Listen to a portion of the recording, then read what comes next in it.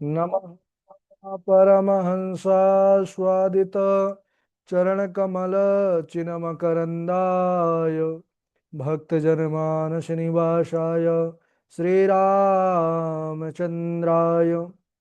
जयतु जयतु देवो देवकीनन्दनोऽयं जयतु जयतु कृष्णो वृष्णिवंशप्रदीपः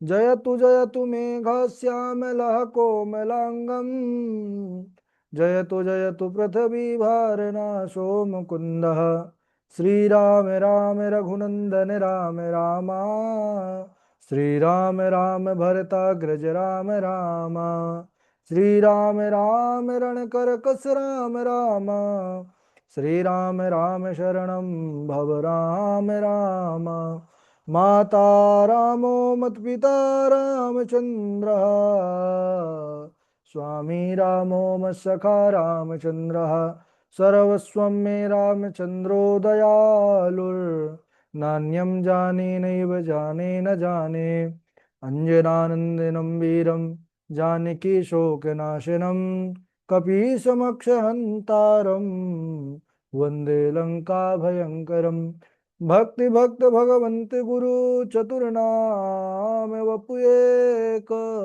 इनके पद बंधन किए नासत विघ्न अनेक। बोलिए श्री सीतारामचंद्र भगवान की जय। रामायण श्री राम कथा की जय। गोस्वामी श्री तुलसीदास जी महाराज की जय। परम मंगलमय परात्पर अखिलेश्वर चिंत कल्याण गुणगण निधान सर्वेश्वर सर्वाधिपति श्रेष्ठ आचरणवान प्रजा के सुखदाता आनंद कंद भगवान श्री रामचंद्र कौशल्या आनंद वर्धन अवध नरेंद्र नंदन श्री रघुनंदन विदेह वनस जयंती जनक नरेंद्र नंदनी भासुती जगदीश्वरी माँ सुनैना की आंखों के पुतलिका विदेह जा जनक जा जनकाधिराज तनया जनक राज किशोरी वैदेही मैथिली श्री राम प्राण वल्लभा श्री जानकी जी। इन दोनों युगल सरकार श्री सीता रामचंद्र भगवान के पावन चरण कमलों पर कोटि कोटि नमन नतमस्तक वंदन एवं अभिनंदन। तीनों मैया चारों भैयाओं के चरणों में कोटि कोटि प्रणति। अनंत बलवंत गुणवंत श्री हनुमान जी महाराज के पावन चरण कमलों पर कोटि कोटि प्रणाम। समस्त भूतादिक श्री राम मैं सब जग जानी करहूँ प्रणाम जोर जुग पानी। सज्जनों, हम सबका परम सौभाग्य श्री राम कथा की तैयारी का पावन विचार संकल्प लेकर के एक स्थान पर एक साथ जुड़कर इस पावन राम कथा की तैयारी कर रहे हैं। नित्य प्रति भगवान रामभद्र की विशेष अनुकंपा के फलस्वरूप माँ जगदम्बा की पावन कृपा प्रसादी स्वरूप इस राम कथा मंदाकिनी पर अवगाहन करने का जीवन में सुंदर शाश्वत समय प्राप्त हो रहा है। पूर्व प्रसंग पर हमने बड़ा सुंदर कथा को श्रवण किया कि कैसे मुनि विश्वामित्र जी महाराज अयोध्या से विदा होते हैं और पूरा राज परिवार उनके चरणों में गिर करके महाराज दशरथ तो ऐसी संत भक्ति ऐसी गुरु भक्ति चरणों में गिर करके बस यही उन्होंने कहा कि हे प्रभु, मेरा कुछ नहीं है, सब आपका है। नाथ सकल संपदा तुम्हारी, मैं सेवक समेत सुतनारी। करब सदा लरिकन पर छोहु, दर्शन देत रहब मुनि मोह। दीन है शीश विप्र बहु भांति, चले न प्रीति रीति कह जाती। बड़ा सम्मान पूर्वक विदा किया है। इसके बाद हम सब ने बाल कांड को विश्राम किया। सज्जनों, बाल कांड रामायण रूपी वृक्ष का जड़ है। वृक्ष के दो महत्वपूर्ण अंग होते हैं, पहला तो जड़, दूसरा तना। जड़ जितनी गहरी होगी और तना जितना मजबूत होगा, वृक्ष उतने ही वर्षों तक उतनी ही लंबी आयु को प्राप्त करता है, सबको फल और छांव प्रदान करता है। अच्छा, 7 कांड हैं रामचरितमानस पर, लेकिन उन 7 कांडों में जो सबसे बड़ा कांड है वो बाल कांड है। उसके बाद अयोध्या कांड है। तो ध्यान देने वाली बात यह है कि राम कथा कल्प वृक्ष में बाल कांड रूपी जो जड़ें हैं ये बड़ी गहरी हैं। और अयोध्या कांड रूपी जो तना है ये बड़ा मजबूत है, सशक्त है, इसलिए है सतत सभी प्राणियों का कल्याण करता रहेगा अनंत कालों तक। तापत्रय यानी जो 3 प्रकार के ताप हैं उनका विनाश करता रहेगा और सभी को आराम रूपी छाया और राघव जी के परम पद रूपी फल की प्राप्ति कराता रहेगा। और राम कथा तो वैसे भी है, राम कथा जो सुन लेता है उसके जीवन की व्यथा समाप्त हो जाती है। और दैहिक दैविक भौतिक तापा राम राज काहू ही नहीं व्यापा, यानी जो राम जी के सम्मुख रहते हैं, राम राज का तात्पर्य है जो राम जी को अपना स्वामी मान लिए, जो राम जी के सहारे हैं, जो राम जी की कृपा का अनुभव करते हुए अपने जीवन को जी रहे हैं, उनके जीवन में ताप फिर प्रवेश नहीं कर पाते। हम लोग दुखी हैं, परेशान हैं, सच्चे मन से हम राम जी के हुए ही नहीं। हम भले घंटों गाते रहते हैं हम राम जी के, राम जी हमारे हैं, लेकिन जिस दिन हम राम जी के और राम जी हमारे हो जाएंगे उस दिन फिर हमको सांसारिक जो विकार हैं ये स्पर्श भी नहीं कर पाएंगे। उनके सामर्थ्य ही नहीं है कि राम जी के भक्त को छू सके। इस प्रकार सुंदर बालकांड का विश्राम,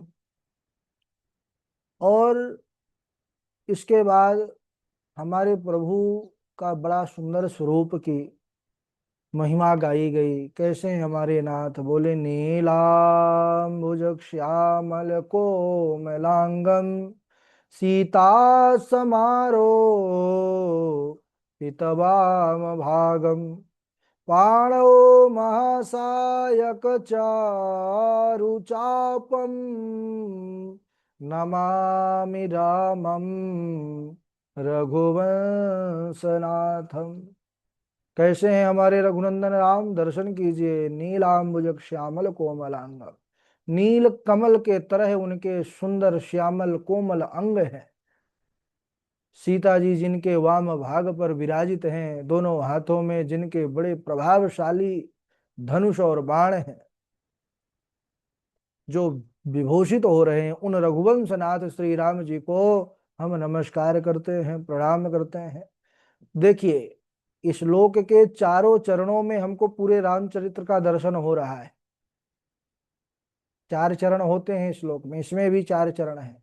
पहला नीलाम्बुज श्यामल कोमलांगम, इसमें प्रभु के बाल रूप राम की वंदना, क्योंकि जन्म और बाल लीला का स्पष्टीकरण इससे हो रहा है क्योंकि कोमल अंग जन्म और बाल्यकाल में ही होते हैं। दूसरी पंक्ति है, दूसरा चरण है सीता समारोह पित वाम भागम, इसमें सीता जी को वाम भाग में विराजित कह करके मानो विवाह लीला, है ना, दूल्हे रूप में राम जी की वंदना की गई। इससे यहाँ पर बाल कांड का चरित्र संपूर्ण किया गया।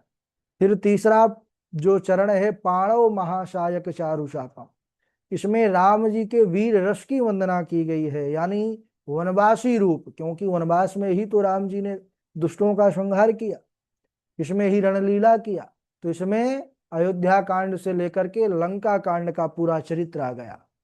और फिर नमामि रामम रघुवंशनाथम, चौथा चरण, इसमें राज्यासीन, यानी जिसमें हमारे प्रभु राम राज्य की स्थापना किए, इसमें पूरा रावण वध के बाद राम जी के राज्याभिषेक तक का पूरा राम राज्य का चरित्र आ गया।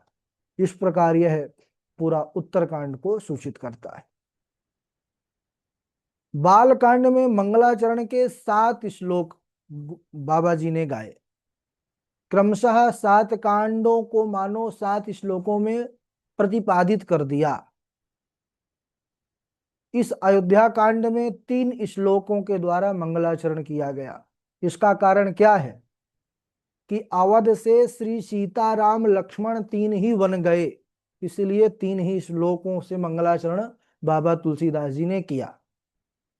इसके बाद आगे आएगा एक और, जब दूसरा कांड अरण्य कांड, उसमें सीता जी का हरण हो जाता है।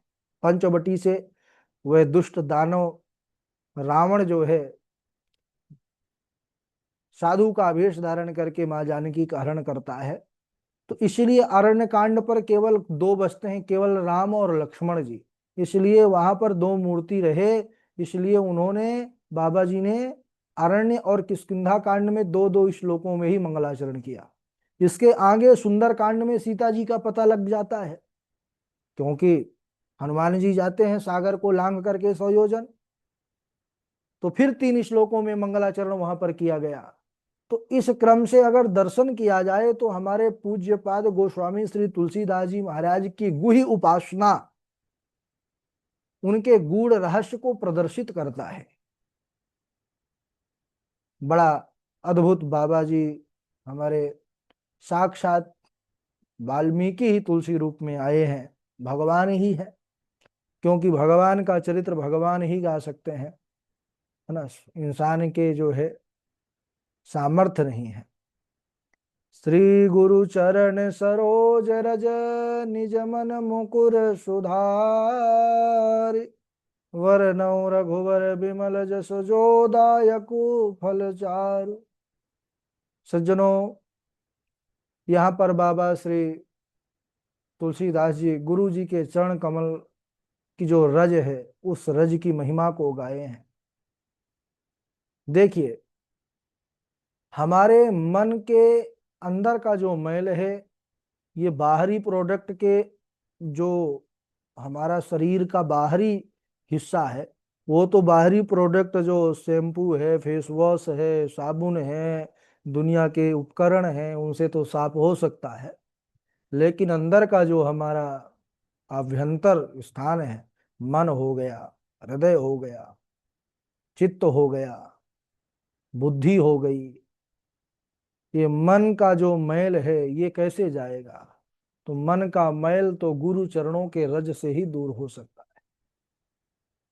मन रूपी दर्पण को साफ करना है तो गुरु चरणों का आपको सेवन करना होगा, गुरु चरणों का कृपा प्राप्त करना होगा। क्योंकि गुरु ही वह जो सामर्थ्यशाली होते हैं जो शिष्य का हाथ पकड़ करके रघुनाथ के हाथों पर पकड़ा देता है। गुरु चरण सर्वश्रेय देने वाले हैं, सब कुछ देने वाले हैं, कल्प वृक्ष से बढ़ करके। देखिए, कल्प वृक्ष जो होता है, जो कल्पना करो वो आपको प्रदान कर देता है।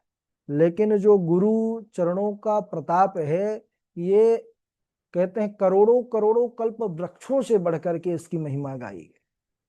अब कल्प वृक्ष ही जब इतना शक्तिशाली है तो गुरु की महिमा इसीलिए कही गई है कि सब धरती कागज करु लेखन सब वन राय, अब सब समुद्र की मश करी तो गुरु गुण लिखा ना जाए। सब कुछ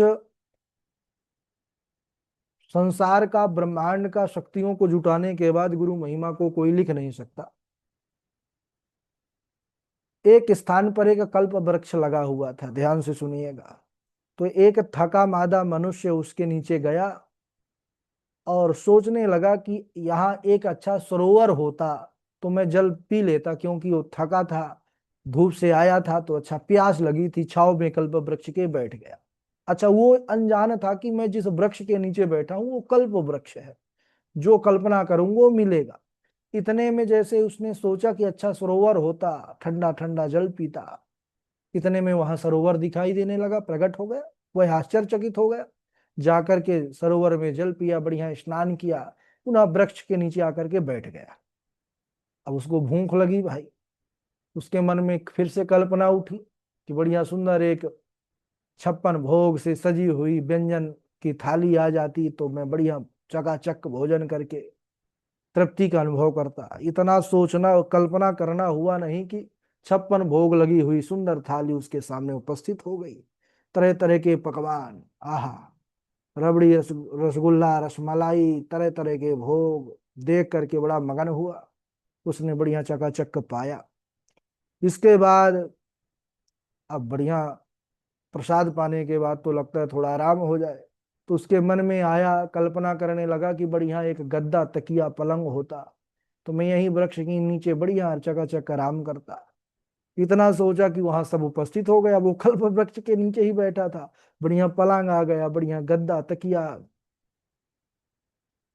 अब वो लेट गया। देखिए, कल्पनाओं का यहाँ पर यह कि कल्पना समाप्त नहीं होती मनुष्य की, अगर वो सांसारिक कल्पना कर रहा है। अब तो लेट गया, पलंग भी आ गया, सब बढ़िया, खाना पीना भी खा लिया। अब उसके बाद उसके मन में आया कि सुंदर कोई जो है तो युवती होती, जो हमारी सेवा करती, हमारे चरण दबाती, और हम इसी प्रकार लेटे रहते। तब तक महाराज सुंदर स्वर्ग की कोई अप्सरा प्रकट हो गई, अच्छी देवी। अब वो बैठ करके चरण दबाने लगी। वो तो कल्पना किया आ गया, कल्प वृक्ष के नीचे बैठा था। अब वो आश्चर्यचकित में उसको देखने लगा, वो इतनी सुंदरी थी। उसके मन में फिर कल्पना उठी कि यह जिसकी पत्नी होगी, अगर वो आकर के कहीं मुझे देख लिया तो बड़ी पिटाई करेगा। अब इतना सोचा नहीं तो आ भी गया कोई और डंडा लेकर उसको पीटने लगा। तो तात्पर्य क्या है, यह दृष्टांत से क्या समझना है? कल्प वृक्ष अन्य कहीं नहीं है, यह मानव शरीर ही कल्प वृक्ष है सज्जनों। इसमें जैसी वासना रखो, जैसा मन में विचार करो। हाँ, अगर हम मन में उत्थान की भावना रखेंगे तो उत्थान होगा, अगर मन में पतन की भावना आएगी तो पतन हो जाएगा। पाप पुण्य सुख दुख जीव अपने कर्मों के द्वारा प्राप्त करता है। तो कल्याण की भावना रख करके मनुष्य को निरंतर उस क्षेत्र में प्रयास करना चाहिए, क्योंकि ये मानव जीवन बड़ा अमूल्य अवसर है। ये कई कई करोड़ों जन्मों के बाद ये मनुष्य तन की प्राप्ति होती है। इसलिए इस मनुष्य शरीर को प्राप्त करके तो गुरु चरणों में बैठ करके उनसे सच्चा ज्ञान प्राप्त करके और जीवन को इस भव सागर से पार हो जाना ही सबसे बड़ी बुद्धिमानी है। बाबा जी ने लिखा, जे गुरु चरण रेणु सिर धराही, ते जनु सकल विभव बस करही। जो गुरु चरण रज को धारण करते हैं वो संसार सागर से सहज में ही मुक्ति को प्राप्त कर लेते हैं। सज्जनों, ज्ञान और विराग ये दो लोचन हैं। ज्ञान और वैराग्य, उनमें जो ज्ञान रूपी नेत्र है वह पहले निर्मल हुआ। ज्ञान विराग नयन उरगारी, यानी उर में मन में बैठे हुए काम क्रोध लोभ, ये तीन महाशत्रु हैं मनुष्य के। अब तक मन दर्पण पर रहे तब भी काम चल जाता, लेकिन जब वह हमारे अंदर ये तीनों प्रवेश कर जाते हैं अंतःकरण में, तब फिर गुरु के कृपा के अलावा कोई और ऐसा सामर्थ्य शक्ति नहीं है जो हमको इस संसार रूपी विकार से मुक्त कर सके। तो यहाँ पर इसीलिए बाबा जी ने गुरु चरणों की भक्ति और उसकी महिमा का प्रतिपादन किया है कि वह अंदर के जो गंदगी है उसको केवल गुरु चरण रज ही साफ कर सकती है। प्रेम भगत जल बिनु रघुराई, अभी अंतर मल कवहु न जाई। और वो जो भक्ति हो शाश्वत हो, प्रेमा भक्ति हो, है ना, निश्चल भक्ति हो, मन में कोई कामना को लेकर के सेवा की जाए, उससे कल्याण होने वाला नहीं है। इस प्रकार बड़ा अद्भुत एक गुरु जी के लिए तो कितने कितने जो है भजन है ना। गुरु मेरी पूजा, गुरु गोविंद, गुरु मेरा पार ब्रह्म, गुरु भगवंत। अब तो गुरु पूर्णिमा भी आ रही है, जिसमें हम विशेष रूप से, वैसे तो सब दिन गुरु के ही होते हैं, क्योंकि जीवन में हम कुछ अगर ज्ञान प्राप्त किए, जान पाए, तो वो एक गुरु की कृपा से ही प्राप्त होता है। जीवन में हमारे कई गुरु होते हैं। हमारे अवधूत दत्तात्रेय जी महाराज ऐसे महापुरुष, भागवत पुराण में तो हम सब ने सुना, प्रसंग पढ़ा, कैसे कैसे जो है जीवन में गुरु उनको, उनसे शिक्षा उन्होंने लिया। 24 गुरु, जिसमें कीड़े सर्प पृथ्वी जितने भी हैं उनको, उन सब से उनको ज्ञान मिला, यानी जिससे कुछ सीखने को मिल रहा है वही हमारे जीवन का गुरु है।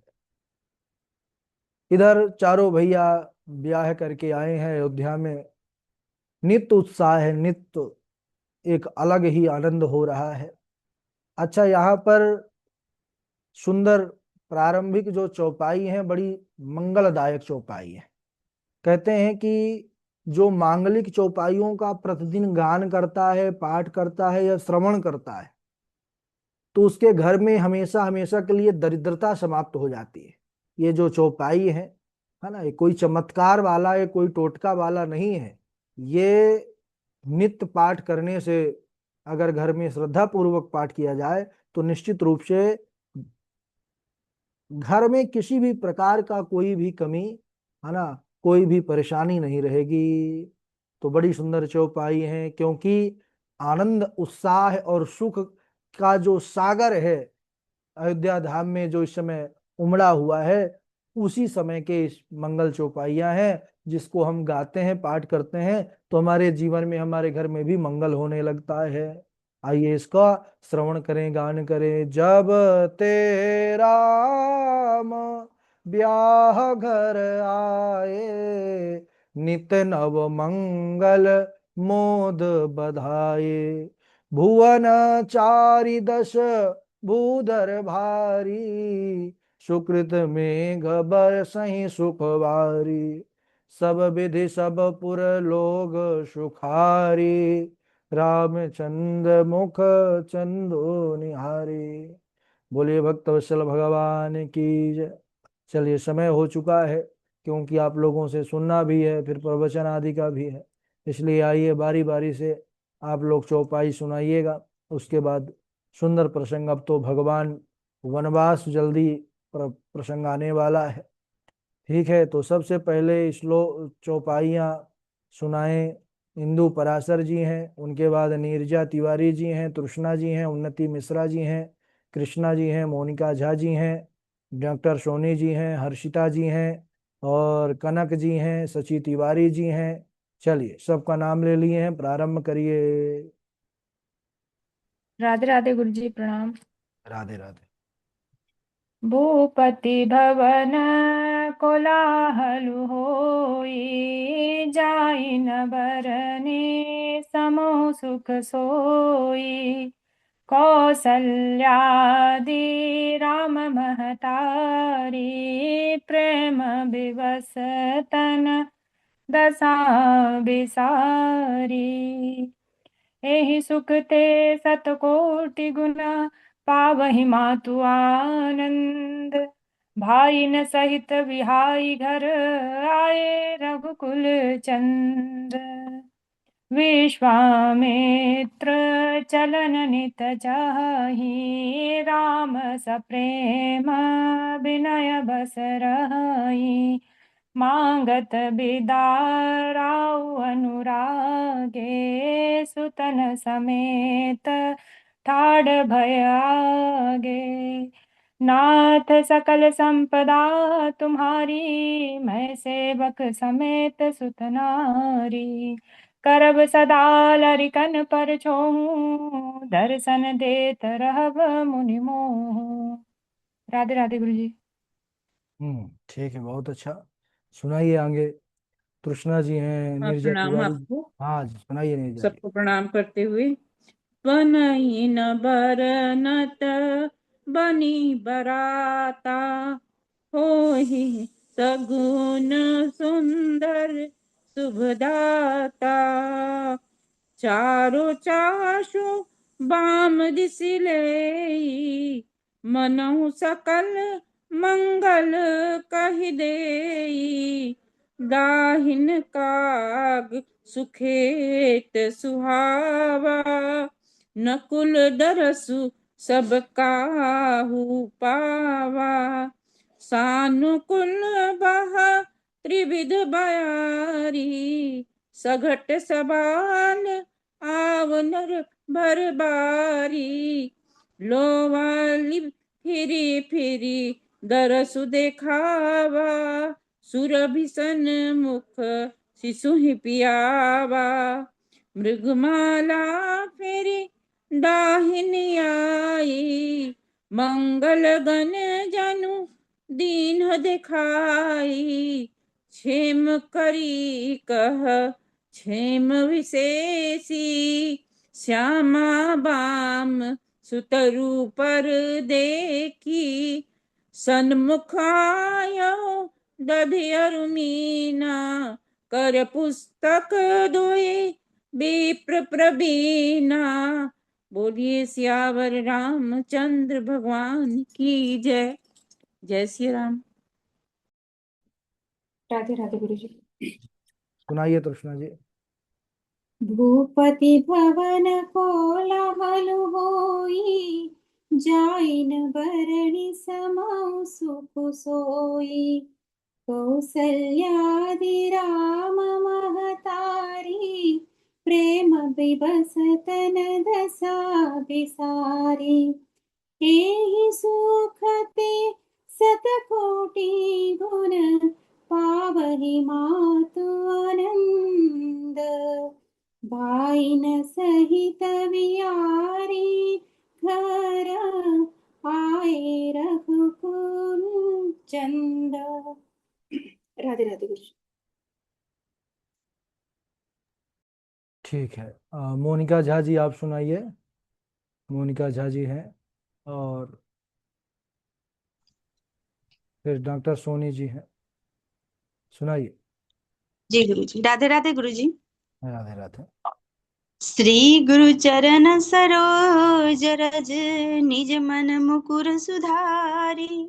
बरनहु रघुबर विमल जसु, जो दायक फल चारी। जब ते राम ब्याही घर आए, नित नव मंगल मोद बधाए। भुवन चारि दस भूधर भारी, सुकृत मेघ बरसहि सुख बारी। रिद्धि सिद्धि संपत्ति नदी सुहाई, उमगी अवध अम्बुधि कहूँ आई। मणिगणपुर नर नारी सुजाति, सुचि अमोल सुंदर सब भांति।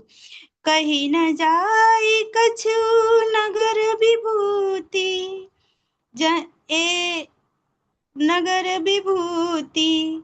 जनु इतनिया बिरंच कर तूती। सब विधि सब पुर लोग सुखारी, रामचंद्र मुख चंद्र निहारी। मात मुदित मातु सब सखी सहेली, फलित बिलोकी मनोहर बेली। राम रूप गुण शीलु सुभाऊ, प्रमुदित होई देखी सुनि राऊ। सबके मन सबके उर अभिलाष वस, कहीं मनाई बहेशु। आप अछत जुबराज पद, राम ही देव नरेशु। राधे राधे गुरु जी। चलिए, से बहुत बढ़िया। आप सुनाइए।